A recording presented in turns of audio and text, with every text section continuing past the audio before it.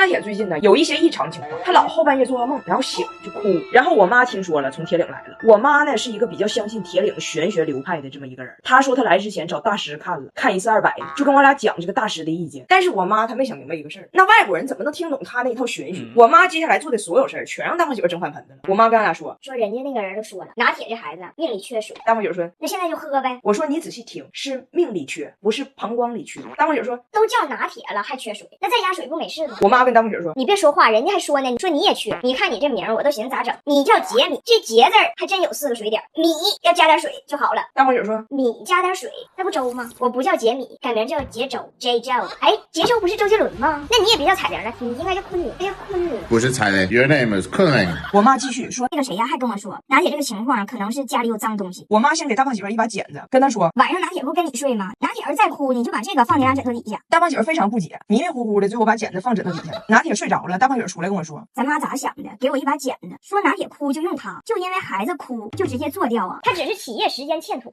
又不是私自倒腾军火，罪不至此吧？晚上俩孩子关于这个剪子的功能产生了一些讨论。咋说姥姥说这个剪子可以清除家里的脏东西，咱家什么东西脏啊？拿铁说那应该是爸爸。于是两个孩子觉得他们完全理解了姥姥的意思，进行了脏东西清理。那遇到这种情况，毕竟我是当妈的，我当然是不拦。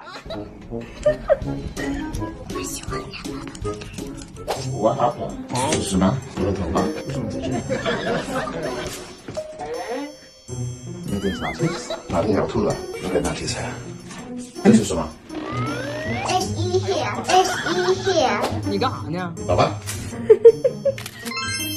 其实在我跟大胖媳妇心中，这都不是事儿，不就是哭熬个夜吗？我不怕，之前熬夜脸蜡黄，碰上换季敏感还黄里透红，得亏有薇诺娜修白瓶，边修屏障边美白，6大美白成分，料理表面到底层的黑色素，2大修护成分，安抚皮肤各种状况，养好屏障，轻松缓你妈生白，谁还能看出我熬大夜？我妈还是坚持对我家进行了最后一些调整。那个拿200块钱的大师说镜子有问题，我妈就跟大胖媳妇说你买这个镜子方向有问题。大胖媳妇现在摆的镜子它朝床，我妈说不行。大胖媳妇换了朝着门，我妈说不行。大胖媳妇再换，我妈说镜子对面有镜子也不行。大胖媳妇被逼得有点叛逆了，最后疯了。哪里都不对。没想到这个镜子上天之后，它变成哈哈镜了。哇！大胖媳妇在镜子里看到自己也懵了，跟我说怪不得都说上镜显胖，上镜显胖，尤其这镜子在正上边。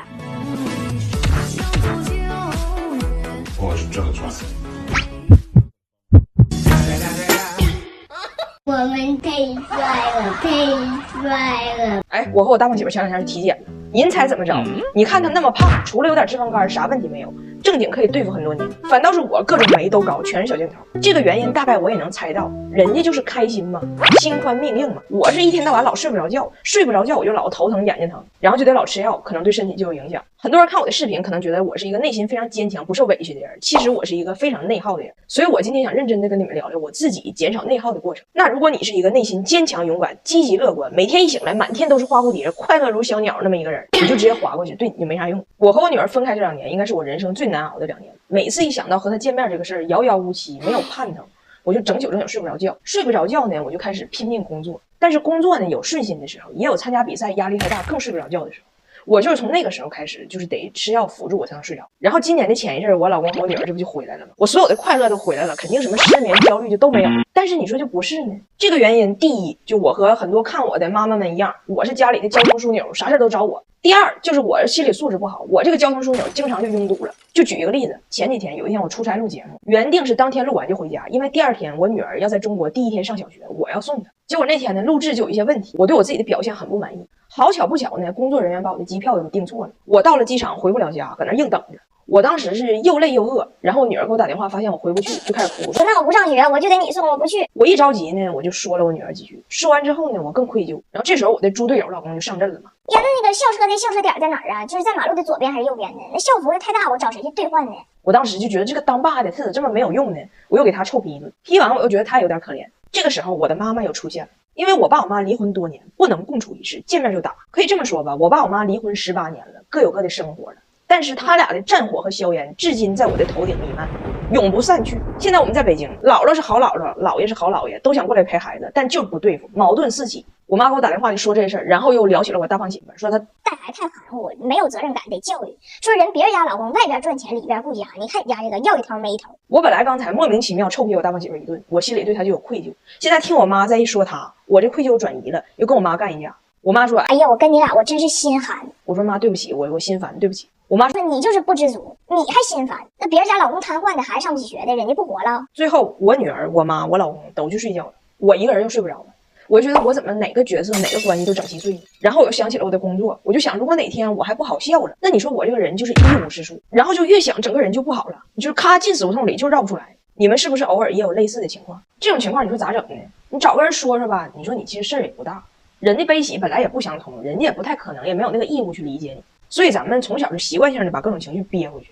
但你说憋回去了，这情绪就消失了吗？它不会消失，你的情绪只会像滚雪球一样越滚越大，最后就像我刚才描述的情况一样，连环吵架，心烦不知所起，一往而深。我当时就觉得不行，我这状态不对，我需要一些专业的心理帮助。但是我以前也会质疑我自己，哎呀妈，多大点小事啊，还心理帮助，咋这么矫情呢？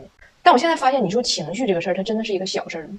而且你说什么叫矫情呢？就非得等着这个世界给你发一个焦虑许可证，说哎呀妈，你可太惨了，你可太惨了，你从此你有资格焦虑，你有资格郁闷，那个时候你才有资格不开心吗？我们的生活都不容易，我们产生任何负面的情绪都是合理的，都是需要疏导、需要关怀的。不要觉得自己矫情 PUA 自己了。我呢，心理学知识我也学，书我也看，但真正心烦的时候，那个书起不到直接的作用。心理医生我也去，有用是真有用，贵也是真贵。而且有时候你真正非常需要的时候，你还得等到下周四。所以就在那段时间，我找到了一个非常专业的心理学产品，就是暂停实验室的情绪 EVP。我当时是咋知道呢？是我一个脱口秀的同行领着他妈一起做。我当时觉得，哎，我也想尝试，而且我呼吁所有的人都领着咱们的父母一起做心理辅导。我说句实话，咱们的父母如果都及时做心理辅导了，咱们今天可能都不这么急需了。这个暂停实验室呢，是一个为期25天的，在手机上就能自助练习的科学减压计划。我刚练上就非常想给你们推荐。不是说你练上了压力就消失了，内耗就不见了，打嗝都是7色彩虹，从此就是个无忧无虑。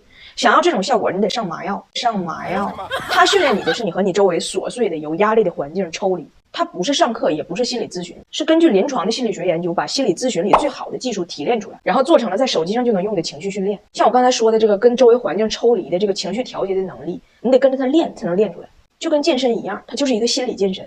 每天2个10分钟的心理学练习，一个是正念，一个是情绪书写，时间自由，有网就行，而且还有前后测，能看出来练习效果。每天练的东西都不一样，我就记得我练到10多天的时候，有一个书写练习，是把你的情绪和想法给它起名，这是帮助你识别和梳理情绪的。就比如说我前面说的我连环吵架那个情况，那个咱们就把它命名为十字路口大堵车。